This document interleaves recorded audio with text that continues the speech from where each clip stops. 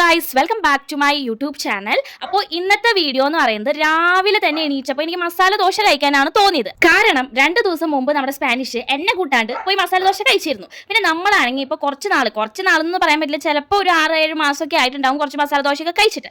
അപ്പോൾ എനിക്ക് എന്തായാലും വീട്ടിൽ മേടിച്ചിട്ട് വന്ന് കഴിച്ചാൽ പോരേന്ന് ചോദിച്ച സ്ഥിതിക്ക് എനിക്ക് വേണ്ട, എനിക്ക് എന്തായാലും കടയിൽ പോയിട്ട് അവിടുത്തെ ചായയും വടയും മസാല ദോശയും കൂടി കഴിക്കണം എന്ന് ഞാൻ പറഞ്ഞു. അങ്ങനെ നമ്മുടെ വണ്ടിയാണെങ്കിൽ റോഡ് സൈഡിലാണ് ഇരിക്കുന്നത്. അവിടെ നിന്ന് നമ്മുടെ 2 വീലർ സ്പാനിഷിൻ്റെ 2 വീലർ എടുത്തിട്ട് നമ്മൾ നേരെ കടയിൽ പോയി. സ്പാനിഷ് എന്തോ 2 ഇഡ്ഡലിയാണ് കഴിച്ചത്. അപ്പോൾ ഞാൻ ആ ഇഡ്ഡലി വന്നപ്പോൾ ഞാൻ കഴിച്ചു നോക്കിയപ്പോൾ ചൂടില്ല, പക്ഷെ നല്ല സോഫ്റ്റ് ഉണ്ട്. ചട്നിയും ചമ്മന്തിയും സൂപ്പറായിരുന്നു. സാമ്പാർ അത്ര പോരാ. അപ്പോൾ ഞാൻ സ്പാനിഷിനോട് ചോദിക്കുക, കുറേ 5-10 മിനിറ്റ് ആയി, അപ്പോൾ എൻ്റെ മസാല ദോശ വന്നില്ലല്ലോ, പറഞ്ഞില്ലേ എന്ന് ചോദിച്ചപ്പോൾ പറഞ്ഞിട്ടുണ്ട് അവർ ഉണ്ടാക്കണ്ടേന്ന് പറഞ്ഞു കേട്ടോ. അങ്ങനെ ഞാൻ സ്പാനിഷിൻ്റെ ചായ വന്നപ്പോൾ ഞാനൊന്ന് ടേസ്റ്റ് നോക്കി. അപ്പോൾ ചായ ചേട്ടൻ അയ്യോ ഇത് മധുരം കുറവാണ്. അപ്പോൾ സ്പാനിഷ് കുറച്ച് മധുരം കുറവിലാണ് കഴിക്കുക, ഞാനാണെങ്കിൽ മധുരം കൂട്ടിയിട്ട് കഴിക്കുക.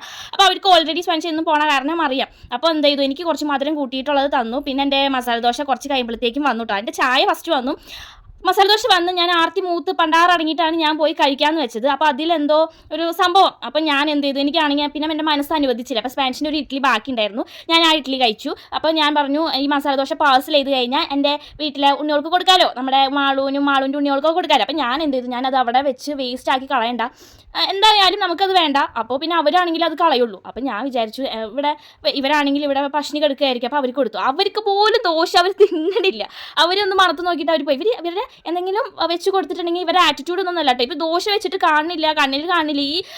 ഈ പട്ടീനെ എനിക്കെന്തോ ഇപ്പോൾ കുറച്ച് ദിവസമായിട്ട് നല്ല ഇഷ്ടമായിട്ടുണ്ട്. മാളുവിനെ വിളിച്ചു, മാളുവിനാണെങ്കിലും ദോശ വേണ്ട കേട്ടോ. അപ്പോൾ കോഴി വന്ന് തിന്നോളൂ എന്ന് പറഞ്ഞ് സ്പാനിഷിനെ സമാധാനിപ്പിച്ചു കേട്ടോ. അപ്പോൾ എന്ത് സ്പാനിഷ് എനിക്കും വേണ്ട, ഒരു എന്താ പറഞ്ഞാൽ ഞാൻ കുറേ നാൾക്ക് ശേഷമാണ് ഒരു മസാല ദോശ കഴിക്കാമെന്ന് പറഞ്ഞ് പോയത്. പക്ഷേ ആ മസാല ദോശ ഇങ്ങനെയായി. ഇനി നല്ലൊരു കടയിൽ കയറി കഴിക്കണം എന്നുണ്ടായിരുന്നു. പിന്നെ കുറച്ച് കഴിഞ്ഞ് നോക്കുമ്പോൾ ഇതൊക്കെ മാളുവിൻ്റെ ഉണ്ണികളാട്ടോ. അപ്പോൾ ഇത് ഫസ്റ്റ് ഉണ്ടായ ഉണ്ണിയാണ്. അതിനെന്തോ സ്കിന്നിൽ എന്തോ പുഴുക്കടി പോലെ വന്നു. അപ്പോൾ അതിൻ്റെ കൂടെ നടക്കുന്ന ഈ പട്ടിക്കും കൂടെ വന്നു. എനിക്ക് ഇഷ്ടമുള്ള പട്ടിക്ക് വന്നില്ല കേട്ടോ.